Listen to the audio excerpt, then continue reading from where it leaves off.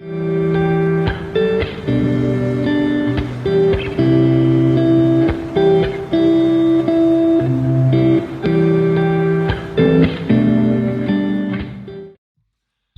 everybody, this is Perch, and a couple days ago I did this review of Strange #1, and I mentioned being kind of frustrated and puzzled by the book.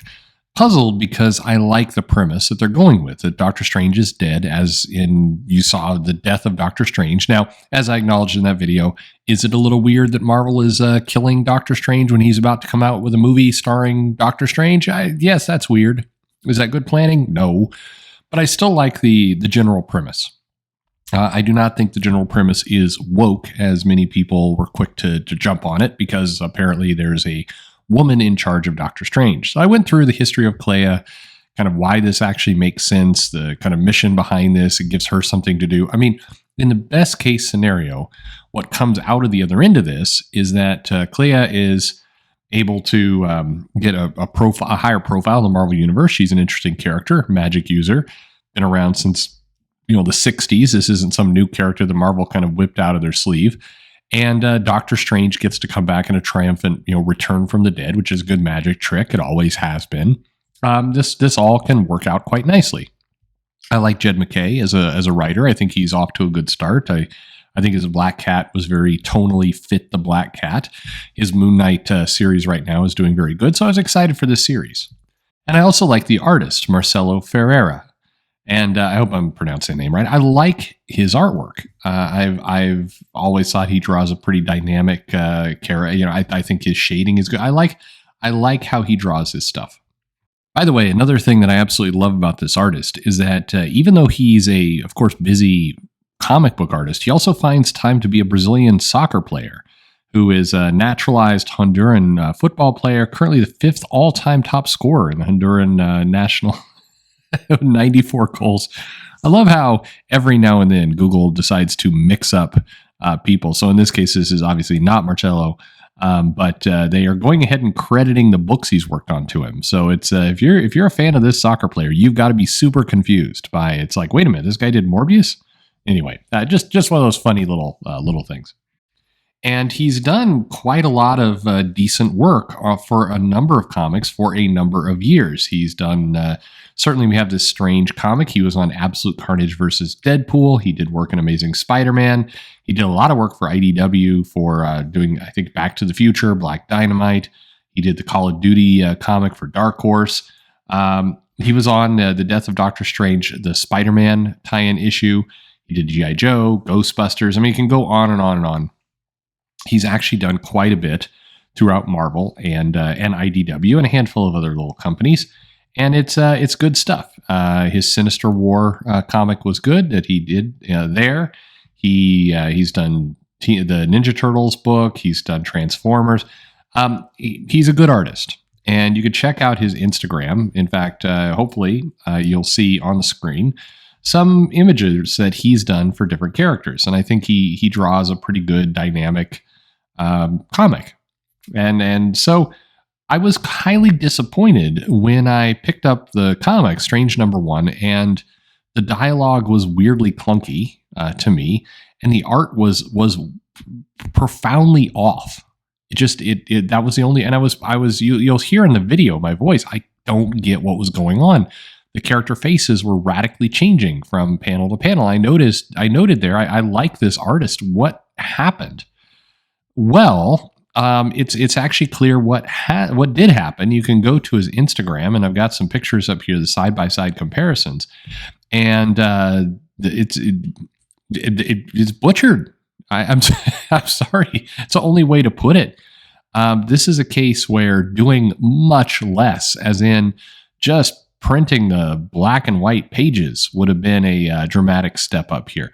This artwork looks great.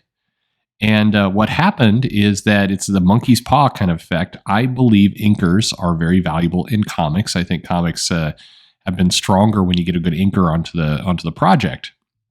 But in this case, some combination of the inker and whatever guidance was given to him basically took all of the sketch, all of the mood, all of the shadowing that Marcelo put into the page and just wiped it out with very stark black and white, just jarring kind of pencils.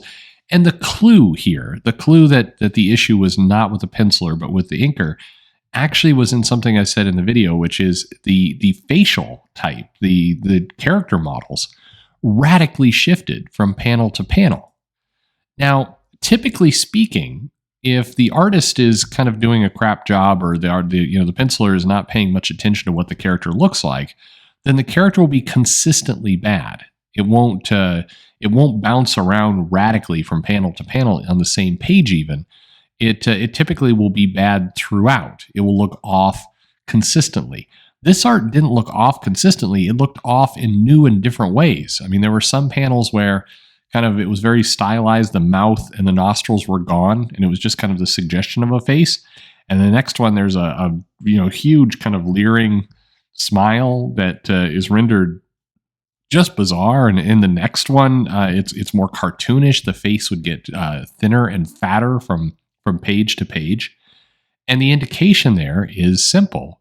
The inker kind of just was, getting rid of any of the shading, any of the complexity, any of the depth, just as they went, again, from panel to panel. Now, there were 2 inkers cited for this book, and maybe that's also a combination problem here, but it has all the look of somebody who rushed through here, took the artwork, and basically kind of redrew it as a vague suggestion of what's going on.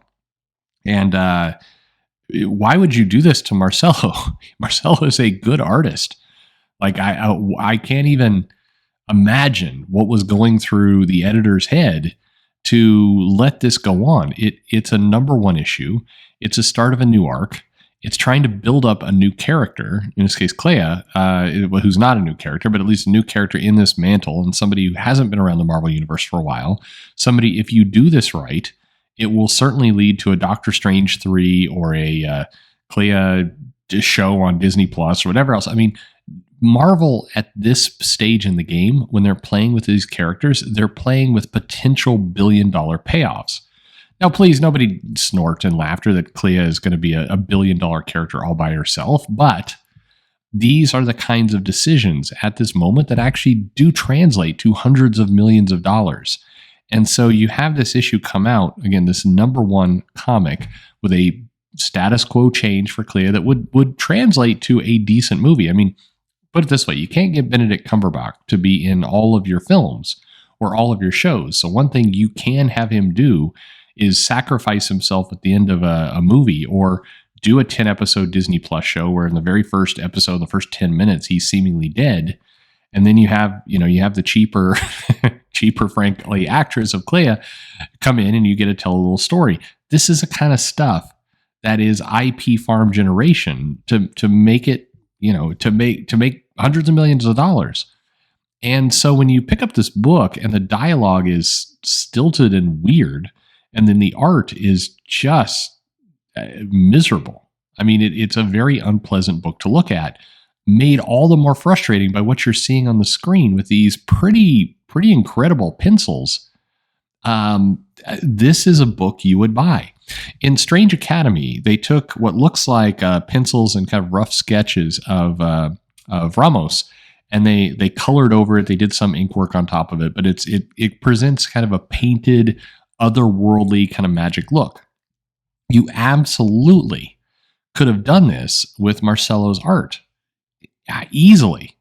It's tailor made for that. Just apply a little bit of digital work on top of it, put the colors in to give it that kind of painted look, and you're done. And it would have fit the comic, and it would have looked wonderful. Instead, they just massacred it. I mean, in the nicest possible way. It's painful to see this stuff happen. So I bring this to your attention for a couple reasons. Number 1, yes, it is possible to dislike a comic and what kind of emits from it, irregardless of social politics and other things. To me, there's very obvious things that went wrong here. Weird dialogue and butchering of a good artist's work. That's the problem. You fix those 2 things, you actually have a pretty decent comic. You have a pretty decent setup and a premise.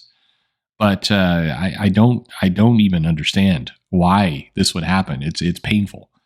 But I also wanted to show it to you from the perspective of, yeah, even though I'm a person who definitely respects inkers and thinks that inkers are very, very valuable in comics, there are ways it can go horribly, horribly wrong, and you're looking at it. This is a way it can go horribly wrong. I don't know. I feel bad for everybody involved. That's kind of what it comes down to. I do think Jed MacKay is a good writer. I went back and like, well, maybe I'm nuts about this guy, but I went back and I read the Moon Knight issues he's put out. No, he's a solid writer. Something was weird about the dialogue. It's like somebody else went in there and quipped up the book. Like, I don't know if somebody passed some notes in here saying this thing isn't light and silly enough. It's bizarre. And then whoever made the choice on the art, like this is absolute negligence on all fronts with the art. So my hat's off to Marcello. I hope you have some good working up, and I hope you don't mind the fact that I've butchered the living shit out of your name now for 10 minutes. So my apologies for that, but really great work. God, I hope the next time they just take your artwork and run with it as is. I mean, don't do this to your artist, people. Anyway, good example to look at. Proofs on the page. Let me know what you think, and thanks for listening.